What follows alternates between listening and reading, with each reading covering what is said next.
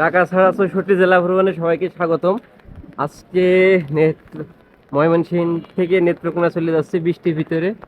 তো অসংখ্য ধন্যবাদ নাজখানকে এত সুন্দর ছাতি দেওয়ার জন্য, কারণ ছাতিটা আমার খুব কাজে লাগতেছে বৃষ্টির মধ্যে।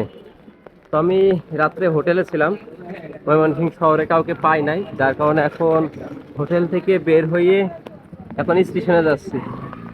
আর এই হচ্ছে বৃষ্টিময় শহর ময়মনসিংহ, আর সামনেই হচ্ছে রেল স্টেশন। স্টেশনের পাশে এক ধরনের পিঠা বিক্রি হচ্ছে। আমি নিলাম 4টা 5 টাকা পিস, কারণ সকালে কিছু খাই নাই, এজন্য পিঠা নিলাম খাওয়ার জন্য। জানি না কেমন লাগবে। আর এ হচ্ছে স্টেশনের সামনে, বৃষ্টির ভিতরে সব দৌড়াদৌড়ি করতেছে, হাঁটাহাঁটি করতেছে, খুবই কষ্টের। আর ছাতিটা খুব উপকার আসতেছে। ধন্যবাদ নাজখান আবারও।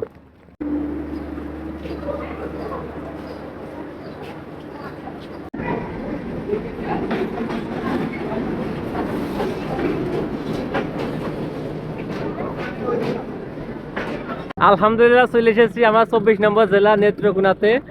আর এই যে মহুয়া এক্সপ্রেস ট্রেনে করেই ময়মনসিংহ থেকে নেত্রকোনা আসলাম, যেটা সত্যি অসাধারণ যাত্রা ছিল আমার জন্য। আর আজকে প্রচুর বৃষ্টি আছে ট্রেনের ভিতরেও। এই হচ্ছে ট্রেন মহুয়া এক্সপ্রেস, মোহনগঞ্জ যাবে। এই যে আর সবাই জীবনে রিস্ক নিয়ে উপরে ছাদে করে ট্রেন চলাচল করতেছে।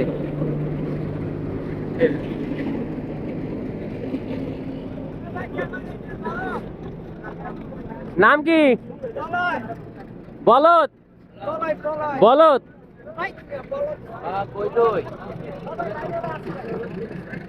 পুলিশে ধরবে, পুলিশে।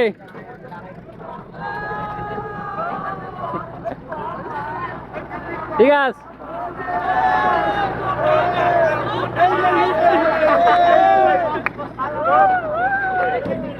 অশিক্ষিত অশিক্ষিত। তো এখন আমার এখান থেকে চলে যেতে হবে। কার কাছে ফোন দেব? সোহেল ভাই আছে, অনেকে আছে। আগে তো যাই দেখি কার কাছে যাওয়া যায়, কিন্তু যারা ছাদ উঠেছে খুব রিস্ক। আর এই যে চলে গেল মহুয়া এক্সপ্রেস। আর আজকের আকাশ কি পরিমাণ যে মেঘলা, মানে দেখলে বোঝা যাচ্ছে যে প্রচুর মেঘলা, প্রচুর। আরো বিশেষ করে তো ময়মনসিংহে বেশি, প্রচুর মেঘলা, প্রচুর। আর এখানে টাওয়ার। স্টেশন থেকে বের হয়ে পড়েছি, এখন শহরের ভিতরে যাব। হাঁটতেছি। শহর এখান থেকে 2 কিলো। এই হচ্ছে শহরের পথ। আর এটা হচ্ছে নেত্রকোনা সরকারি কলেজ। এই শহরের পাশ ধরে আর কি আমি হেঁটে হেঁটে যাচ্ছি। ডিসি অফিসে যাব, ওখান থেকে ছবি উঠে তারপরে দাদু যে ঠিকানা দিয়েছে অনন্তপুর যক্ষ্মা হাসপাতাল, ওখানে চলে যাব। আর আমার এই যাত্রায় নেত্রকোনা এবং কুড়িগ্রামে কিন্তু আমার হেল্প করতেছে কাজল টেলার্স। আমার বাজারে তার দোকান প্রতিষ্ঠান আছে, তো উনি আর কি এই 2টা জেলা হেল্প করেছে। আগেরটাই বলতে ভুলে গেছি। তো এটা হচ্ছে নেত্রকোনার হচ্ছে কবরস্থান, কত মানুষই আছে।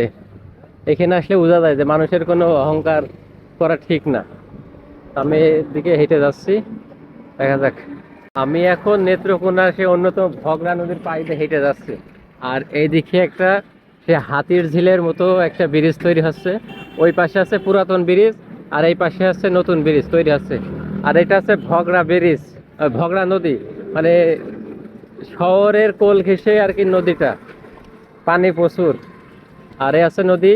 আর সামনে হচ্ছে নেত্রকোনা মডেল থানা, আর থানার সামনেই এই সুন্দর ব্রিজটা তৈরি হচ্ছে, যা জেলার সৌন্দর্য আরো বৃদ্ধি করে দিচ্ছে।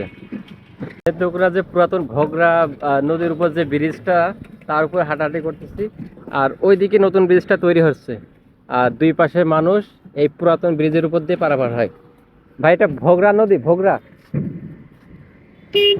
ভাই, এটা কোন নদী? ভগড়া, ভগড়া নদী, ভদ্রা নদী। মানুষ মনে হচ্ছে আমার কথাকে বুঝতেছে না, আছে মেন সমস্যা। মনে হয় খুব ভিন দেশ থেকে এসেছি, আমার কথা কেউ বুঝতে পারতেছে না। যাই হোক, পানি প্রচুর পরিষ্কার।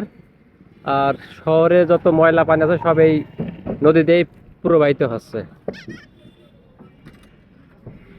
আমি স্থানীয় রানা ভাইয়ের সাথে রিক্সায় করে ঘুরতেছি। ভাই আমাকে আহ, জেলা পরিষদের সামনে ছবি তুলে হেল্প করলেন। ভাই কেমন আছেন? আমি ভালো আছি, আপনারা কেমন আছেন? আলহামদুলিল্লাহ ভালো আছি। পড়াশোনা কোন কলেজে? স্কুলে নেত্রকোনা আঞ্জুমান আদর্শ শিক্ষা উচ্চ ও বিদ্যালয়। আচ্ছা আচ্ছা। এই নেত্রকোনা বিভাগের শ্রেষ্ঠ বিদ্যাপীঠ। ও রে, মানে নেত্রকোনা জেলার? হ্যাঁ, আচ্ছা আচ্ছা।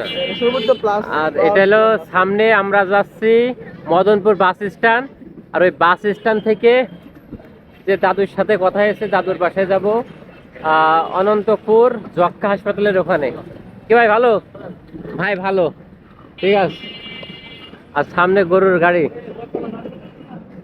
আপনার নাম কি? শুনছে না। বাবা, আপনার নাম কি? মুজিবার। কি ভাই ভালো? আপনার জেলায় ঘুরতে এসেছি। আপনাদের বেস্ট ভিউ হচ্ছে কমলাকান্দার ওইদিকে। কমলাকান্দা না, কলমাকান্দা। আমি আজকে সকালে থাকতাম, ওইখানে থাকতাম। ও রে, আমার যা মানে ম্যানেজ হয় নাই, ওইটা দেখা যাচ্ছে।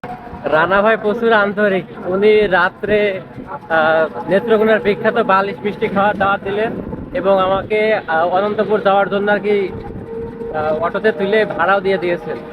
বলে যে ভাই আমারও ঘুরতে ভালো লাগে, রাত্রে সময় পেলে আসেন আমার সাথে। আমি এখন দাদুর কাছে যাচ্ছি, তারপরে আর কি বাকিটা সিদ্ধান্ত নিব যে কোথায় কি ঘোরা যায়। আর এই যে অটোতে করে যাচ্ছি অনন্তপুর। কয় মিনিট লাগবে? 10 মিনিট। আর ওখানে অবস্থিত যক্ষ্মা হাসপাতাল নেত্রকোনার। কেন্দুয়া, মদনপুর, নান্দাইল।